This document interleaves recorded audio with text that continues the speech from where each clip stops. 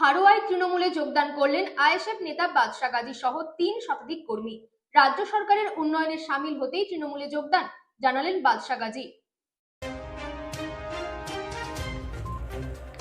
উত্তর ২৪ পরগনা জেলার বসিরহাট মহকুমার হারোয়া ১ নম্বর সাংগঠনিক ব্লকের অন্তর্গত হারোয়া গ্রাম পঞ্চায়েতের পেয়ারা গ্রামে অনুষ্ঠিত হয় তৃণমূলের এসআইআর বিরোধী প্রতিবাদ সভা। মূলত সেখানেই মিছিল করে আইএসএফ নেতা বাদশা গাজীর নেতৃত্বে প্রায় ৩ শতাধিক কর্মী হারোয়া ১ নম্বর ব্লক তৃণমূল কংগ্রেসের সভাপতি শফিক আহমেদ মাদারের হাত থেকে দলীয় পতাকা হাতে তুলে নিয়ে তৃণমূলে যোগদান করেন। তৃণমূলে যোগদান করার পর তিনি বলেন, রাজ্য সরকারের উন্নয়নে সামিল হতেই তিনি এবং তার দলবল তৃণমূলে যোগদান করেছেন। এই প্রসঙ্গে হারোয়া ১ নম্বর ব্লক তৃণমূল কংগ্রেসের সভাপতি শফিক আহমেদ বলেন, বিগত দিনে তারা ভুল বুঝে আইএসএফ করেছেন, এখন তারা ভুল বুঝতে পেরে তৃণমূলে যোগদান করেছেন, তাই আমি নিজের হাতে তাদের দলীয় পতাকা তুলে দিলাম, তৃণমূলে স্বাগত জানালাম এবং এসআইআর প্রতিবাদ সভায় মিছিলের মাধ্যমে ৩ শতাধিক আইএসএফ কর্মী তৃণমূলে যোগদান করার দল আরও শক্ত হবে এবং আগামী দিনে সংগঠনে আরও মজবুত হবে বলে মনে করা হচ্ছে। Bureau report, রাতদিন news network.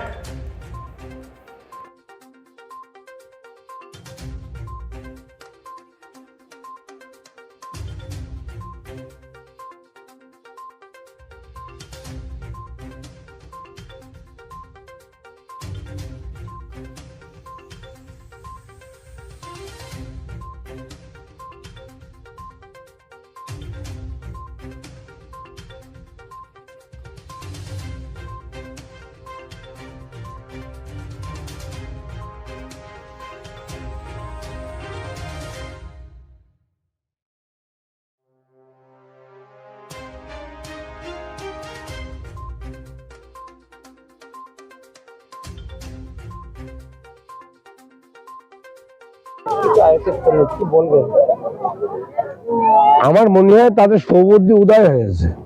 কারণটা হচ্ছে যে সারা বাংলা জুড়ে আইএসএফ নামক দলটা কোথাও কোথাও এক জায়গায় হচ্ছে।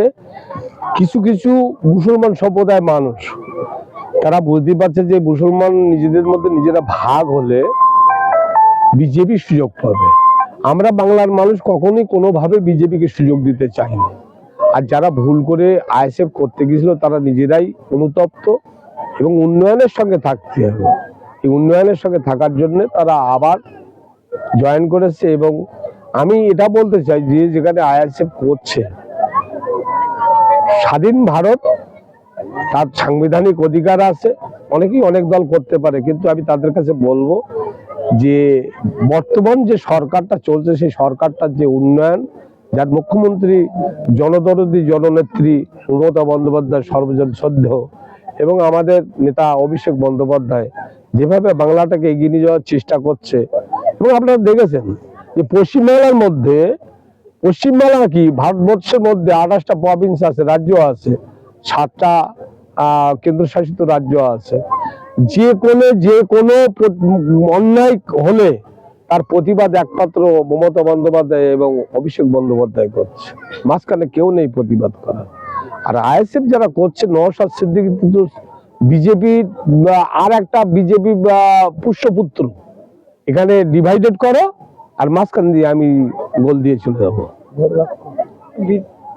বিধানসভা নির্বাচনে দামামা বেজে গেছে আর মাত্র হাতে গোনা কয়েকটা দিন, তার মধ্যে আইএসএফ এর ভাঙন।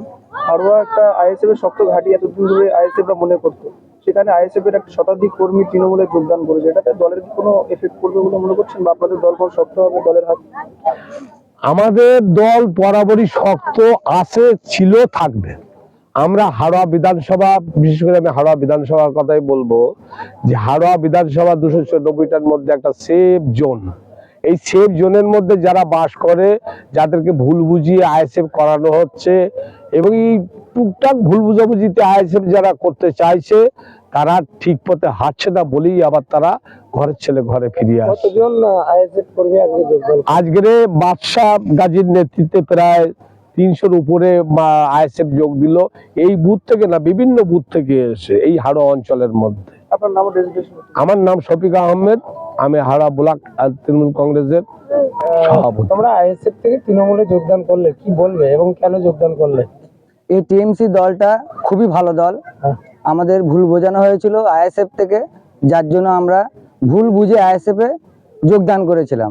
পুনরায় দেখলাম আমাদের এই টিএমসি দলটাই পথ দেখানো দল, টিএমসি দলটাই সবসময় পাশে থাকা দল, এবং আমাদের হাড়োয়ার ব্লকের চাচা যান আছে, সর্বদাই বিদায় উনি পাশে থাকে এবং আছে, থাকবে। তো আমরা ভুল বুঝে চলে গিয়েছিলাম। এই উন্নয়ন, মমতা বন্দ্যোপাধ্যায়ের উন্নয়ন, অভিষেক বন্দ্যোপাধ্যায়ের উন্নয়ন, আর আমাদের এই চাচা যান আছে, খুব ভুল বুঝে চলে গিয়েছিলাম।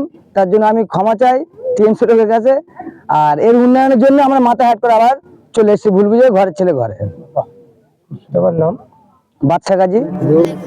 নমস্কার। আমরা টিএমসি দলটা করি ভুল কারণবশত আইএসএফ এ যোগদান করেছিলাম, কিন্তু আমরা এই যে উন্নয়ন, এই উন্নয়নের স্বার্থে আবার ফিরে আসতে বাধ্য।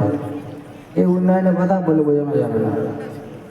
হাটে ডাকে সুবিধা অসুবিধা সব সময় আমরা আমাদের চাচাজানে পেয়েছি, সামনে যেদিন আসে আশা করি পাবো। তাই আমরা আইএসএফ ছেড়ে দিয়ে আবার টিএমসিতে যোগদান করলাম। বন্দে মাতরম, তৃণমূল কংগ্রেস জিন্দাবাদ। আমার নাম বাদশা গাজী, বাড়ি পেয়ারা। আজকে যারা বিরোধ করছো ভাই, এই বিরোধ করার পরে দেখছো যে সর্বরকম সুবিধে এবং সর্বরকম পরিষেবা তোমরা এই সরকার থেকে দিচ্ছ। আজকের মমতা ব্যানার্জি তার 70 বছর বয়স এখনো পর্যন্ত মানুষের জন্য করছে, তার অনেক কিছু নেই, কিন্তু কাজ করে কিসের আশায়? রস আছে থেকে পীর, আমরা এটা মানি না, পীর মানি না এই কারণের জন্য।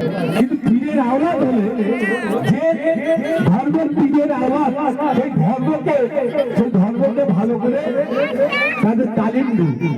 যে মুসলিম ধর্মের মানুষ তিনি, মুসলমান ধর্ম, আমরা মুসলমান মানুষ, আমাদের মুসলমান ধর্মের মধ্যে এই ফুরফুরা শরীফ আমাদের অন্তরের স্থলে রয়েছে, এবং আমাদের গর্ব, আমরা ফুরফুরা শরীফের সিলসিলায় আমরা চলি।